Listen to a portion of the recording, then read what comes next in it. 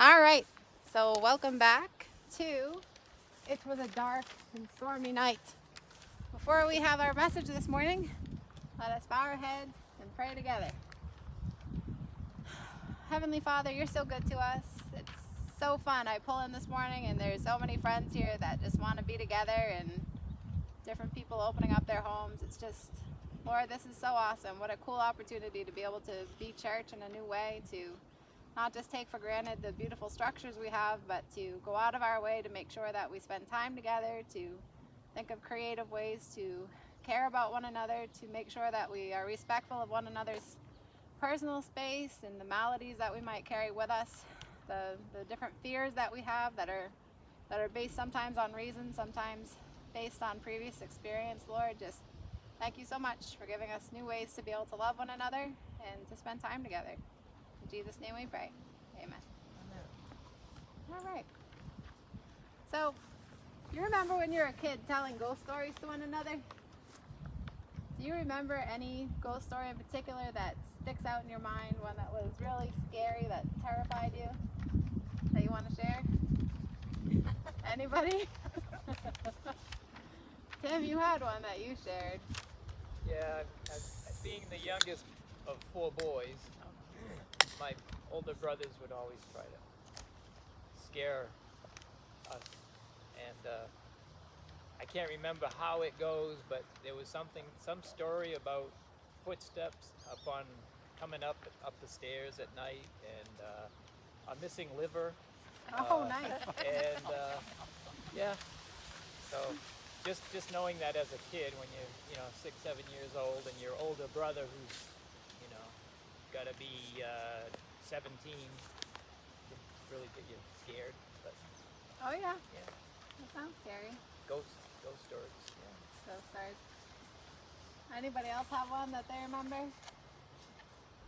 My brother and sister would tell this one over and over about a car being stalled out and the man got out to fix the tire, and then you hear this clunk clunk drag and the woman's in the car, and the next morning, Scratching on the roof. yes, the scratching on the roof. Got the same one I did. That's the worst one. I swear, it sticks with you. And then in the morning she wakes up and it's her husband hanging out of a tree or something. It's absolutely awful.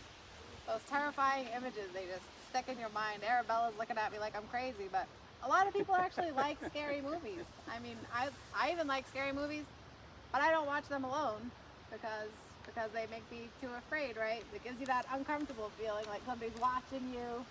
Goosebumps, you can feel your heart rate kind of increase, and nothing will put you in the present like feeling afraid.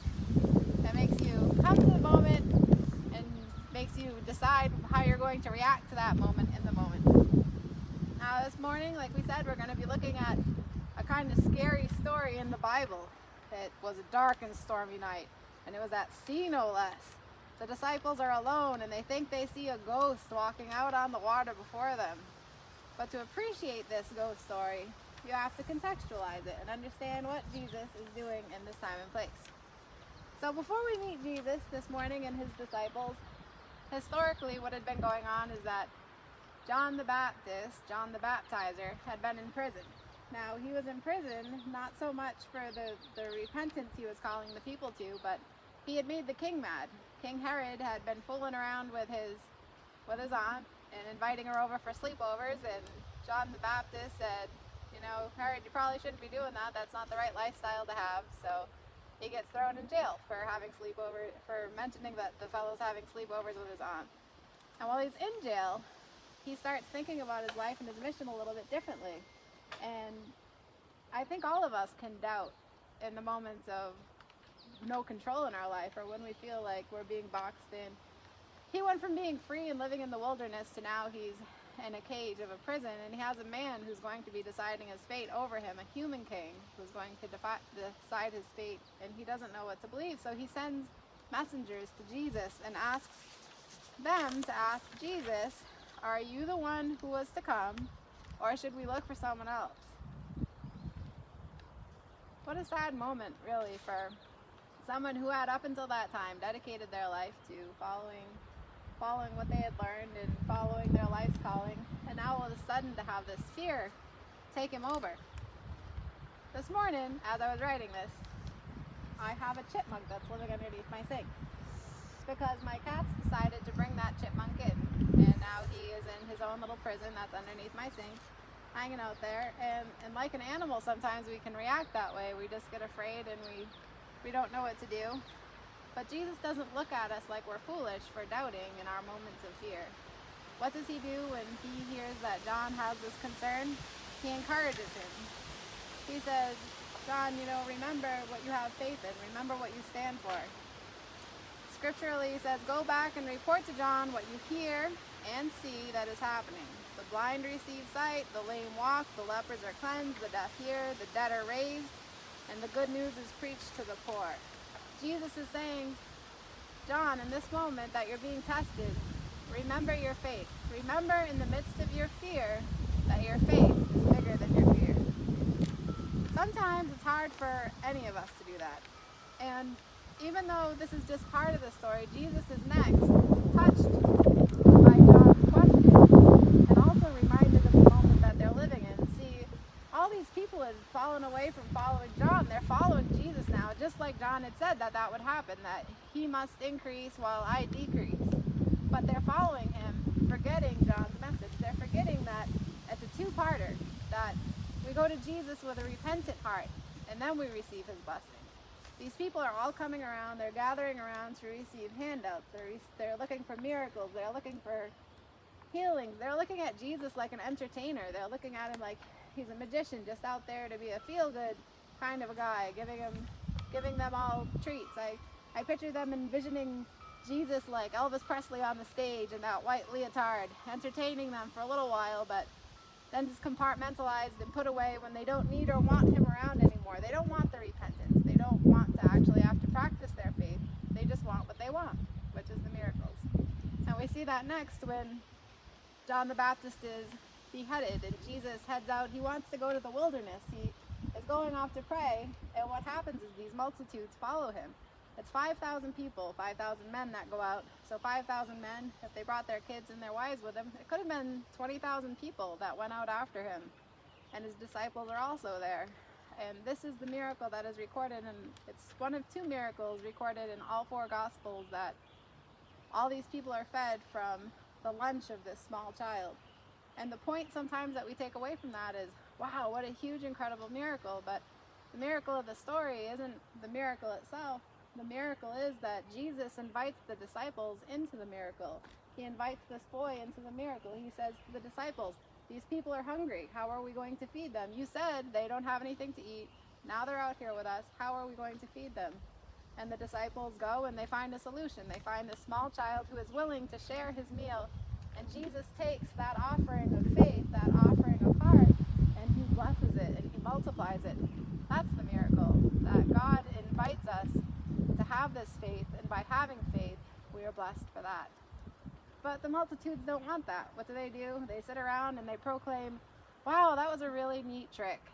Let's have another trick, another miracle, just keep showing us how great you are. This is fantastic. And Jesus sends his disciples away. He's like, Lord, these people aren't getting it. And he sends the disciples away on a boat. He says, don't call me, I'll call you. And then to the multitude, these people, 5,000 to 20,000, however many it is, he says, okay, go away and think about this. And he goes off into the wilderness. Sometimes in our lives, we'll come to that point where people are expecting these different things from us that have nothing to do with us whatsoever. We might be getting confused ourselves about who it is and what it is we're supposed to be doing. And that's not necessarily the time to consult other people. That's the time to go off, be alone with God, talk to God, let God encourage us directly. We all have that ability. One person is not more special than the other. We all have that lifeline to God that we can just talk to God. But what would Jesus, being God in the flesh, go and talk to God about? Well, Jesus goes out into the wilderness to talk to God about us. How, God? How am I going to reach them? He's thinking about his disciples that are not getting the point. He's thinking about these multitudes who are looking at him as a party trick. He knows that he's going to have to die to give everyone life, and he wants to prepare these people to the best of his ability. And so how does he decide that he's going to do that? And I think it's sort of funny that he decides that he's really going to scare the heck out of people. He's going to scare scare the heck out of his disciples to get their attention so that they start looking at the right thing in the midst of this storm that comes. Notice that there wasn't a storm and Jesus was not a part of that storm. Jesus was right in the middle of that storm, and just like in Genesis, he comes out, he's hovering over the deep. Imagine yourself there, the disciples in this little boat, and there's 11 guys out there with you that you don't necessarily like before you met them and are hanging out with Jesus, and the storm is tossing you around, and you're thinking, which one of these guys are we going to have to eat if we get stranded out here on this boat? Is it going to be the chubby guy or the weak guy that we can overpower? And then in the midst of this, you see this glow on the water, and it's a ghost, right? But it's not a ghost. Jesus knows they're afraid. Even in the book of Matthew, it said in the book of Mark goes on to mention that while Jesus was praying, he saw his disciples out in that boat. So even when the disciples were becoming afraid, when they were in the midst of the storm, Jesus was still watching them then. He prepared them for this moment. He walks out to them. He knows they're afraid, that they're all right there present with him in that moment. And he says, take heart, take courage. It is I. Do not be afraid, right? Jesus doesn't scare us or try to use fear to control us and laugh at us. It's not to entertain us or a joke. He uses it at times to get our attention so that we'll stop what we're doing and we'll look back at him. And at that moment, it's in 3 of the 4 Gospels, the part about Peter going out on the water is mentioned, but it's not in all 4. Luke doesn't talk about it. John doesn't mention it. But in Mark and Matthew, it is noted that Peter goes out on the water. And that actually is a note to talk about the relationships the disciples had with one another in Jesus. I sometimes wonder if John and Peter didn't really get along that great, because John doesn't mention everything about Peter at times. Sometimes it seems like Peter's kind of puffing himself up. So he's kind of different. But for myself, at the moment that I was going over the sermon, the chipmunk this morning came darting out from underneath the sink and ran into the dining room and was running around on the cat stand, and there were 2 cats after the chipmunk, so I said, you know what, I'm going to mention this here about Peter, because Peter looks at Jesus and he says, Lord, if it is you, command me to come out onto the water to you. He's showing his submission. He's showing that he knows what he's supposed to be watching in the midst of this storm. And Jesus does. He says, Peter, come out to me. Peter starts walking out, and then he looks down, or he looks to the side, and he starts to sink. And Peter immediately says, Lord, save me. And then Jesus says, why did you lose your faith, right? Sometimes in the middle of that storm, we lose our way. We get so scared that we just start running all over the place. Like in our life, if we see relationships falling apart, we might start grasping at other relationships to try to give us value, or maybe we're going broke monetarily, so we might be tempted to do these different sins that we never would have done in a million years. I think of people that I grew up with that stole from loved ones, that if they had had the money, they never would have done some of the stuff that they did. But we just get so desperate in our fear that we can do these crazy things. This chipmunk decided to run into the living room underneath the couch, and now the thing is totally trapped, and guaranteed when I go home today, I'll probably be having a little miniature funeral, right? There's always going to be storms in our lives. There's always going to be things that distract us, but we need to keep our eyes on Jesus, like Peter did in that moment, and not look down, because sinking is actually a choice. That's the choice that we have. In the end, our fear, we can use it to either recenter and think about our lives, to think about what it is that we have hope in, or we can use it in a more negative way. As adults, we might not listen to as many ghost stories, right? But we still like stories about scary stories, because we watch the news almost every night. And the news channels, the news broadcasters, it's almost like they're paid to scare us. But I don't think that they're paid to scare us. I think really what we're paying for that, or going to haunted houses or haunted hayrides, is not to be scared, but we're paying for the guarantee that the fear will come to an end. It's a sort of entertainment for us. But fear is not for entertainment. It's not a trick. That fear is there to help us remember what we have faith in. It's a tool to help us think in new and creative ways. And especially in this time of pandemic, when so many people are afraid, those of us that have hope, that have faith, that have trust in the Lord, we can use that to help other people, to help remind them where their hope should lie. And we can also use it as a way to to honor their fear, to get to know them, and to care for them and love them more deeply. So I hope that blesses all of our understanding, and maybe you heard something even more than I could even communicate. Amen. Amen. All right.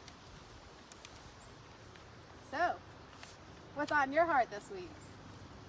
What joys, what concerns do you bring with you as you come and you sit?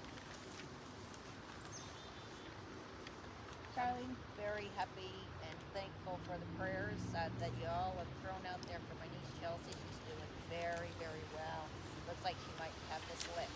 Wow. Yep. Good. And I'm able to throw my mother-in-law in our prayers. She's alone by herself, and just use prayers in her dementia's beginning. And an uncle who fell and broke his neck a couple weeks ago. Oh my gosh. Gerald. So always lots of prayer week. Thank you. Well, thank you for bringing them so that we can share them together.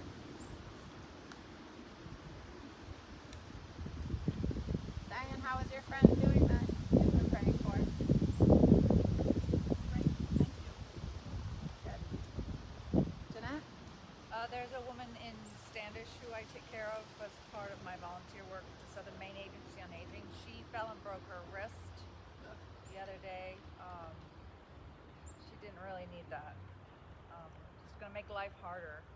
To hold her up and give her strength and perseverance. How old is she? 76. Yeah, that's the inconveniences of our body sometimes. I'm thankful that you go and visit with her and help with lawn work, and that you're a companion. So thank you for doing that.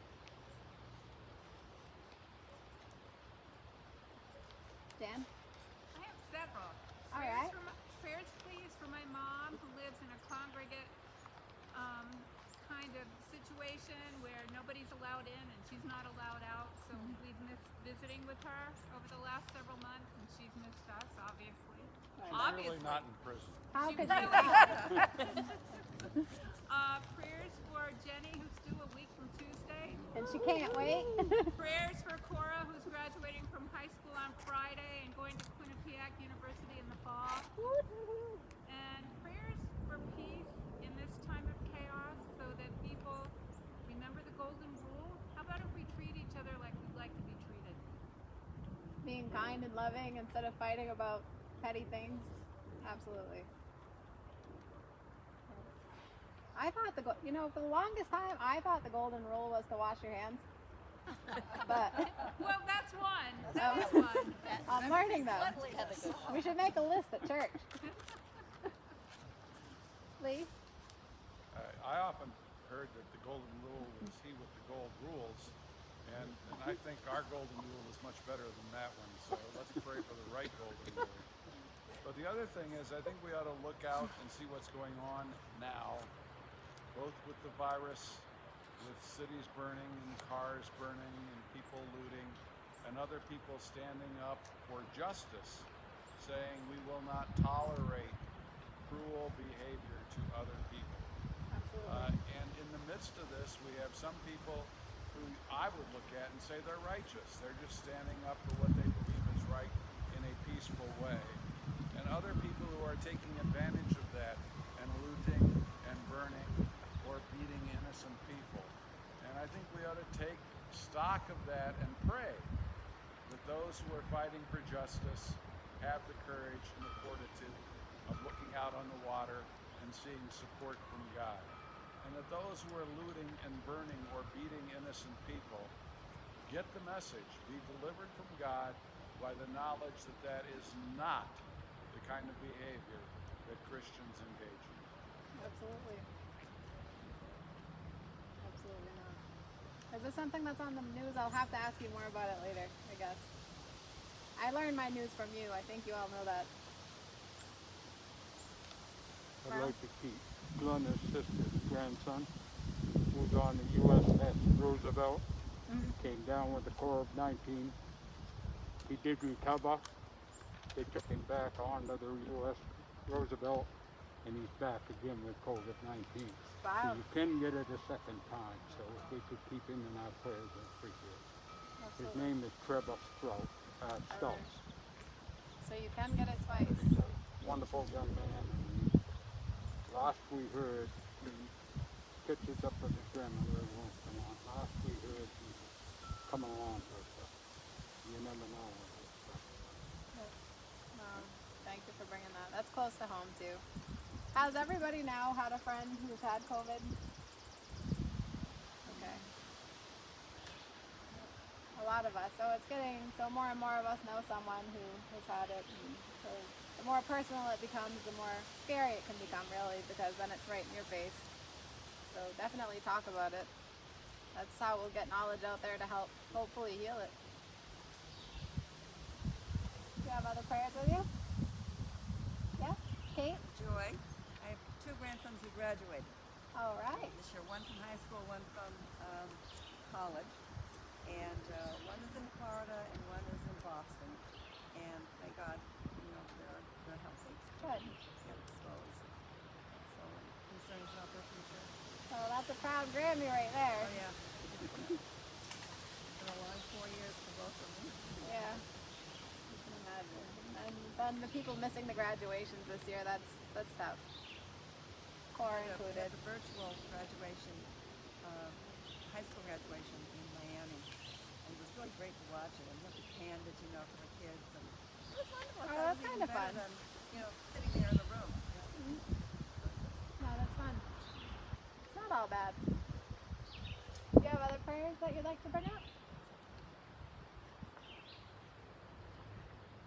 Okay. Lee, would you lead us in the Lord's Prayer? And, well, I'll say it with you, but the power of your intention for your passionate prayer from before, even though it's the Lord's Prayer, I think the intention will be in it. Is that okay? Happily. Okay. Happy. Yes, happily. Our Father, who art Art in in heaven, hallowed hallowed be thy name. Thy kingdom come, thy will be done, on earth as it is in heaven. Give Give us this day our daily bread, and forgive us our trespasses, as we forgive those who trespass against us. And lead us not into temptation, but deliver us from evil. For thine is the kingdom, and the power, and the glory forever. I love that there is a prayer that we can say that you never say it wrong. So it was written right there for us, so there's no wrong way. Now, I know Linda, at the end of our song, we'll do the song, then Cornish Canon, and then would you mind singing us a benediction after? Excellent. Cool. So this is kind of a remix song right here, What a Day That Will Be, but then it goes into another old gospel song that I think you'll recognize. If the speaker doesn't work, Tim might sing it for us. I do know it.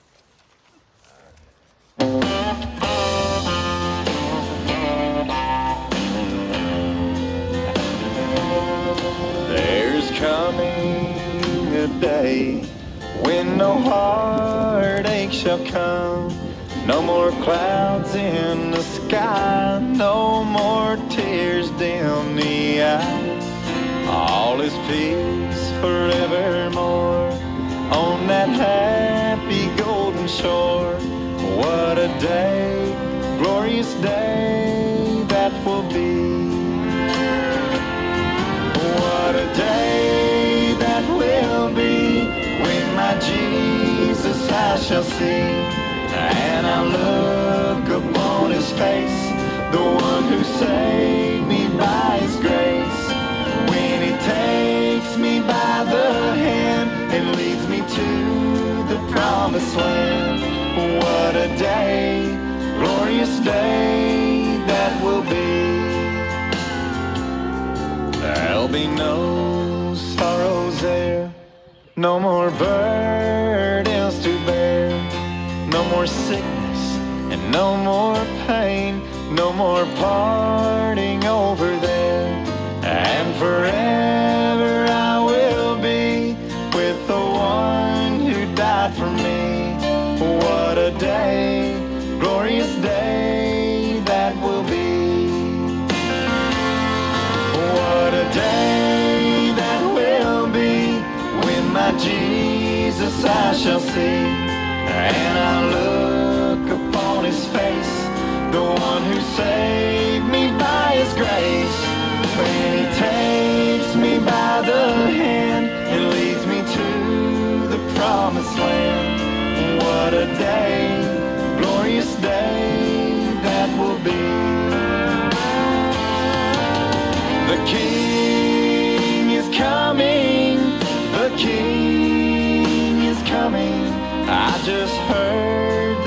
trumpet sounding, and now his face I see.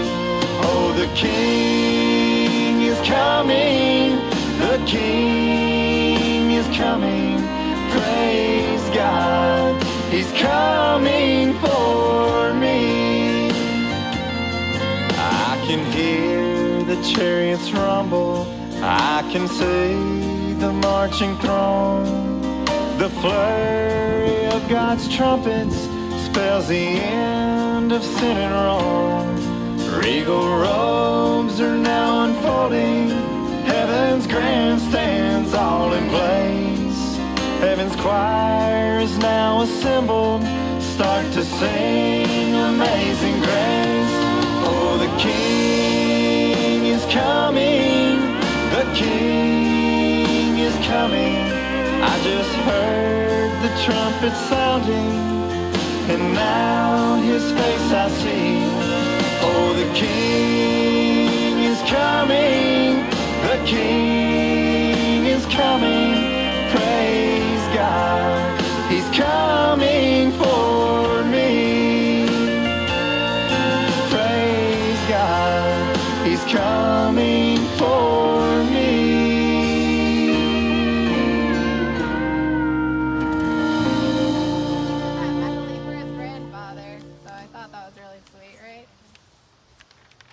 Jan, would you lead us in the Cornish canon? Sure. All right. The Lord is my shepherd, my God and my God.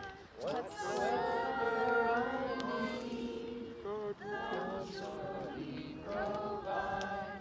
Ever since I was born, it is God that has crowned a life that was given me with blessings all around. A life that was given me with blessings, with blessings, with blessings, with blessings all around. Nice. The first time I met Jeanette, she was on her knees in front of the church working with flowers and bark and mulch, and it's amazing. And so when I knew we were coming here, I knew she must be a gardener, so she must have flowers and vegetables somewhere. so anyway, the benediction today is my grandmother sang this every year at the Baptist Church in Topsom, Maine, and it was always on right before Easter, on the wonderful Good Friday services we have. So it's called In the Garden, and if you know it, please sing along. Okay. I come to the garden alone, while the dew is still on the roses, and the voice I hear falling on my ear. The Son of God has spoken,